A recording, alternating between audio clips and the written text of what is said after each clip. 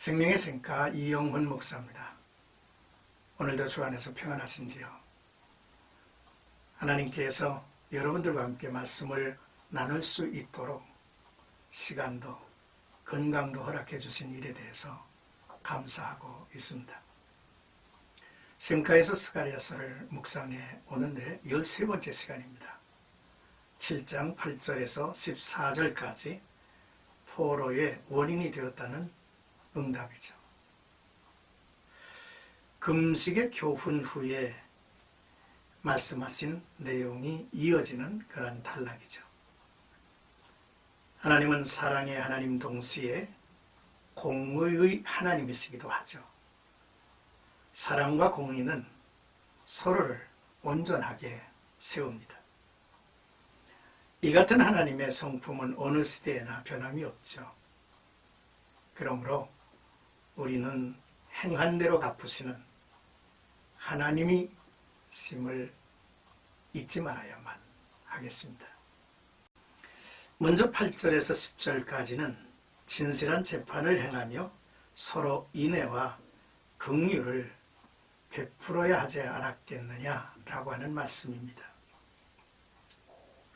이 말씀은 스가랴 이전 예언자의 메시지의 핵심 요약이며 그 내용은 사회윤리의 실천 명령이기도 하죠. 바른 금식에 전제되는 하나님의 뜻과 맥을 같이 합니다. 하나님이 원하시는 경건한 삶의 온전한 자세와 선민의 바른 삶의 모습을 선포하는 내용이죠.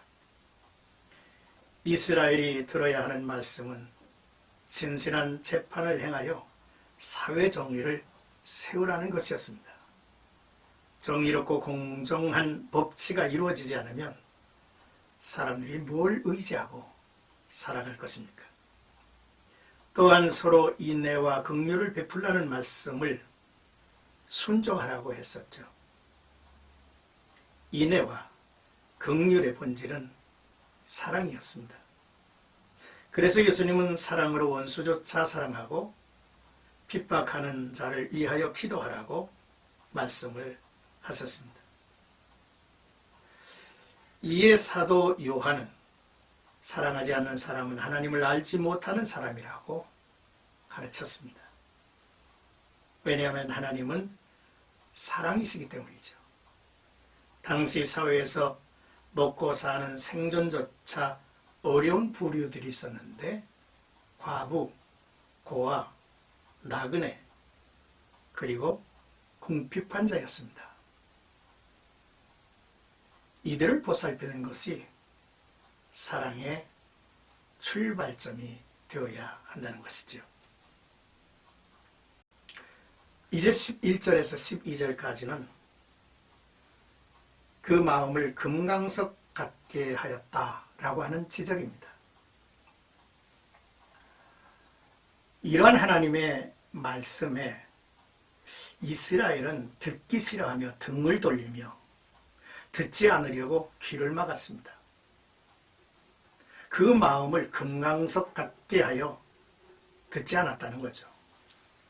그래서 하나님이 아무리 불러도 그들이 듣지 못한 것처럼 하나님도 그들이 환난 날에 하나님을 불러도 듣지 아니하시겠다고 하셨습니다.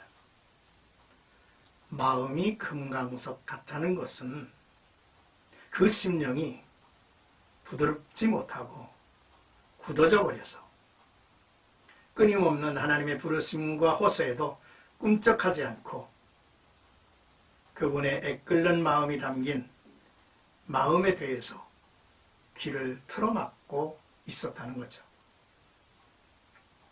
그러므로 전능자의 진노가 만군의 여호와께로부터 나왔다라고 설명하고 있는 것입니다.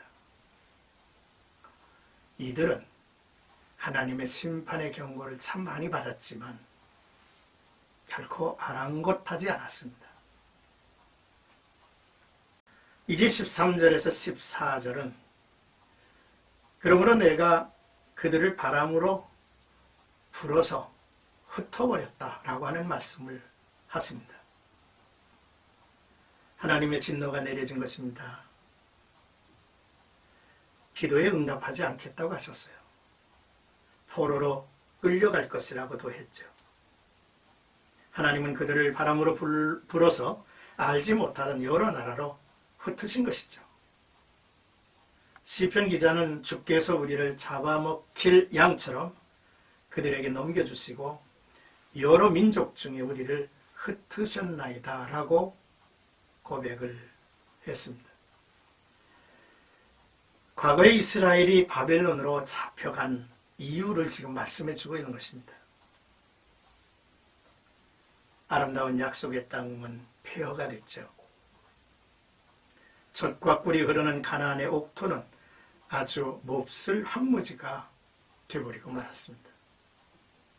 그들은 말씀에 순종하지 않았기에 모든 저주와 현실에서 일어났다라고 설명을 하셨습니다.